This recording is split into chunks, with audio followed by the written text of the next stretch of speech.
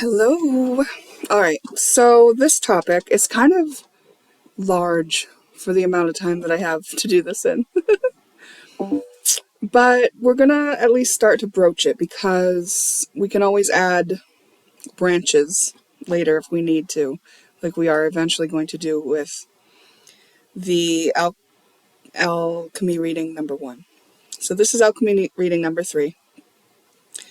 And my note says, alchemizing the punishment and reward, or the need to judge, or the scanning for disapproval that we can get caught in. Because it seems to me that it is actually a part of the operating system of many people, which makes sense if we grew up in punishment and reward, that it was shown to us how to operate and navigate through life is to look outside yourself and decide, is this right or wrong? Is this good or bad? Does this need to be rewarded or punished? Is this something I approve of or disapprove of? And so if that happens to us when we are in our formative years, or if we witness that in our formative years, up to the age of 7, now we can become adults who are not even aware that that's actually how we operate. Going through life, and you can see this everywhere on social media, in comment sections. You can see this walking on the street. You can see this in groups of people that start gossiping about the odd one out, or excluding people, or people who just don't consider themselves like other people. The division is everywhere. Now, it makes sense that we have division because we are experiencing this three-dimensional life through contrast and duality. And so what I'm asking is definitely a spiritual thing. It's a way to expand your awareness, right? And that's what alchemy is doing. That's the only reason we would need to alchemize anything, is because it's split.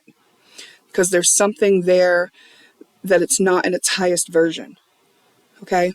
So I want to stress that, again, this is something that I'm not saying is wrong. It's not wrong to be doing this, but it does cause a lot of misery.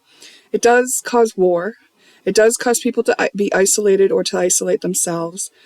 It does cause people to try to morph themselves and fit in. And all of those things can lead to suffering.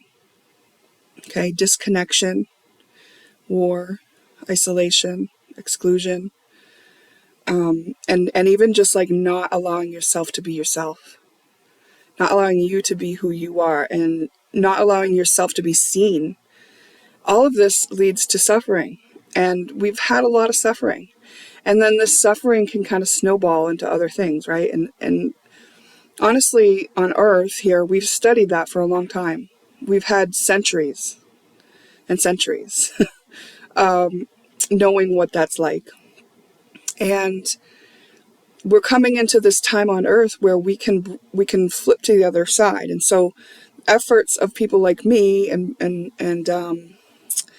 when we're talking about kind of alchemy and bringing things, taking the high road and creating 0 point and kind of acceptance and love and peace, the reason that we're doing this is because this is the time for it to be done. We are able to experience life as something much more pleasant with a lot less suffering now on Earth. But one of the things that needs to happen is we've got to be willing to work through the things that keep us from that, because we are humans who get programmed through the family line, and we're coming out of a time where all that was kind of experienced, and we kind of know what that looks like, feels like, what it looks like from different angles and all of that kind of stuff. And so now, given all that experience that we've had, we kind of know what it's about. Now let's go experience the other side where we do love our brothers and we do respect people for where they're at, and we don't need them to be different, unless they're hurting themselves or somebody else, that we kind of go hands off and that we don't take things personally. And so I thought to myself, well, what would replace this kind of operating system? And I wrote, instead, I wrote, I accept this. Do I need to do anything else? So you see something, you don't like it, maybe you judge it, maybe it's just a preference, right? You say you accept this, right? Because even if it's something awful and you're going to have to take action to maybe protect somebody being abused like a child, right? First accept that this is happening. Okay, this happened. Maybe you'll do this work afterwards, like in retrospect, if you need to take immediate action without doing this contemplation first. Understandable, right? But say if you have to step in and protect somebody because it's an innocent child being hurt or something, like by all means, right? I'm not saying like you should stop and discern and say, I accept this. Do I need to do anything else? In the moment, you're going to trust yourself always. I'm just proposing that this could replace or help us replace that operating system within ourselves. So it's just like adapting, first of all, right? When we adapt, in the process of adapting, we will find the places within ourselves where it is a hard judgment that we need to kind of dig into our psyche to work on.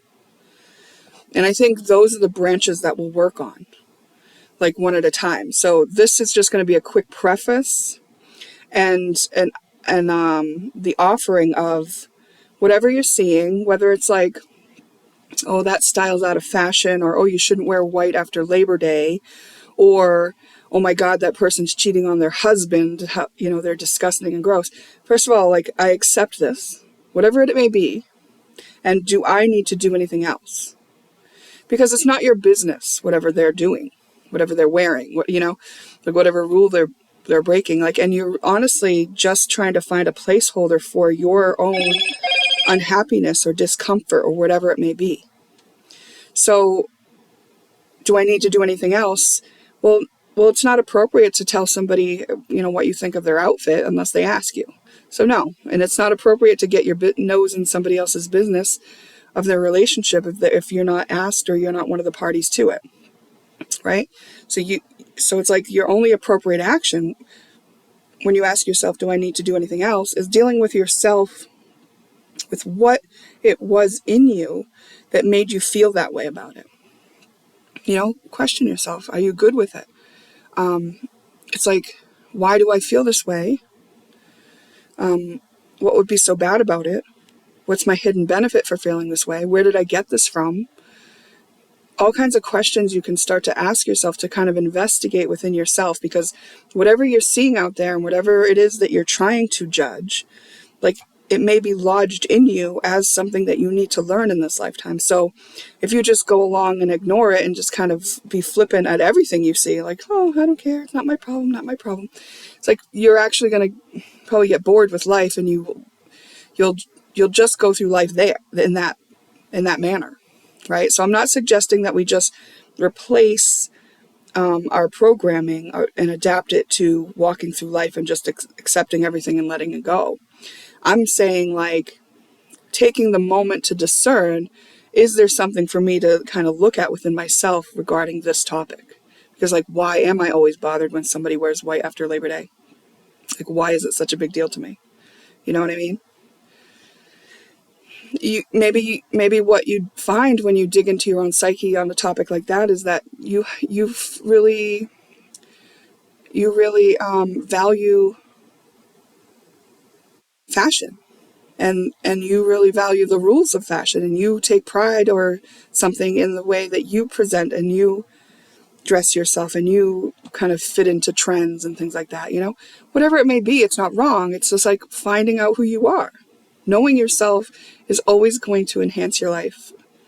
So let me know what kind of things you might find judgments for within yourself, or aversions or preferences or disgust or, hate for.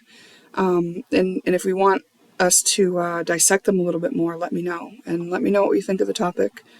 And I'll be back on this topic at some point to dissect it further, even if I don't hear back from you.